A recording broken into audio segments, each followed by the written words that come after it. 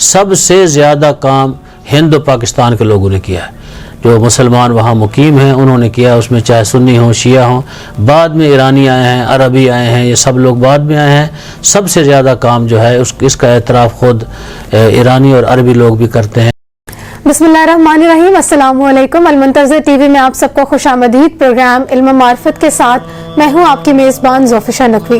آج کے اس پروگرام میں ہم بات کریں گے کہ یورپ میں اسلام کس طرح سے پھیل رہا ہے، یورپ میں شیعہ کس طرح کی زندگی گزار رہے ہیں، کیا وہاں پر بھی شیعہ سنی فسادات ہوتے ہیں جس طرح کے پاکستان میں ہوتے ہیں۔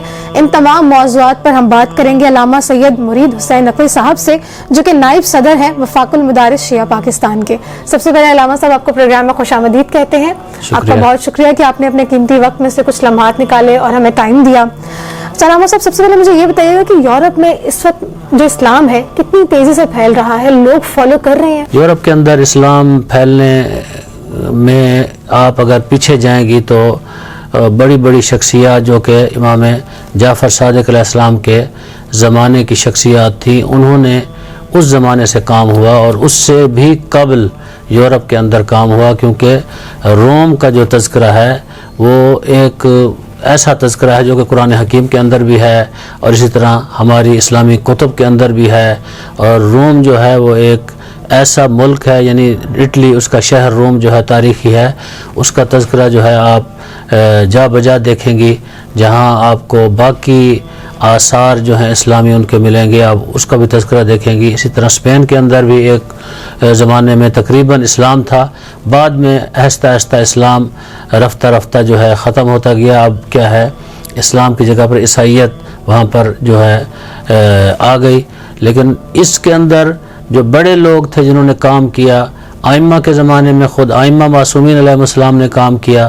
امام سجاد علیہ السلام کے بھی کچھ ایسے کلمات ملتے ہیں جو کہ امام سجاد علیہ السلام نے جب روم کی اور شامیوں کی جنگ تھی اس زمانے میں، بلکہ یوں کہوں کہ مسلمانوں کی، رومی اور مسلمانوں کی جنگ تھی، اس زمانے میں امام کے کلمات ملتے ہیں۔ اس طرح جابر بن حیان کا تذکرہ جو ہے وہ ملتا ہے، انہوں نے وہاں کیا کیا۔ اس کے بعد اس زمانے میں ہم آئیں تو ہمارے اس دور میں جس دور میں آپ اور ہم رہ رہے ہیں، اس سے تھوڑا پیچھے چلے جائیں تو ہمارے جو اکابر تھے، بڑے ہمارے مراجع تھے، اس میں حضرت ایت اللہ محسن حکیم، ایت اللہ بروجردی، انہوں نے بہت کام کیا یورپ کے اندر۔ پھر انقلابی قدم جو ہے ایت اللہ العظمی آغا خوئی نے اٹھایا یورپ کے اندر۔ پھر اس کے بعد کیا ہے، خود انقلاب ایران آیا۔ انقلاب ایران آنے کے بعد امام خمینی خود پیرس کے اندر مقیم رہے۔ تو اب الحمدللہ جا بجا وہاں مراکز، دینی سنٹرز، یہ ساری چیزیں وہاں موجود ہیں۔ اس کے اندر سب سے زیادہ کام ہند و پاکستان کے لوگوں نے کیا ہے۔ جو مسلمان وہاں مقیم ہیں انہوں نے کیا، اس میں چاہے سنی ہوں شیعہ ہوں، بعد میں ایرانی آئے ہیں، عربی آئے ہیں، یہ سب لوگ بعد میں آئے ہیں۔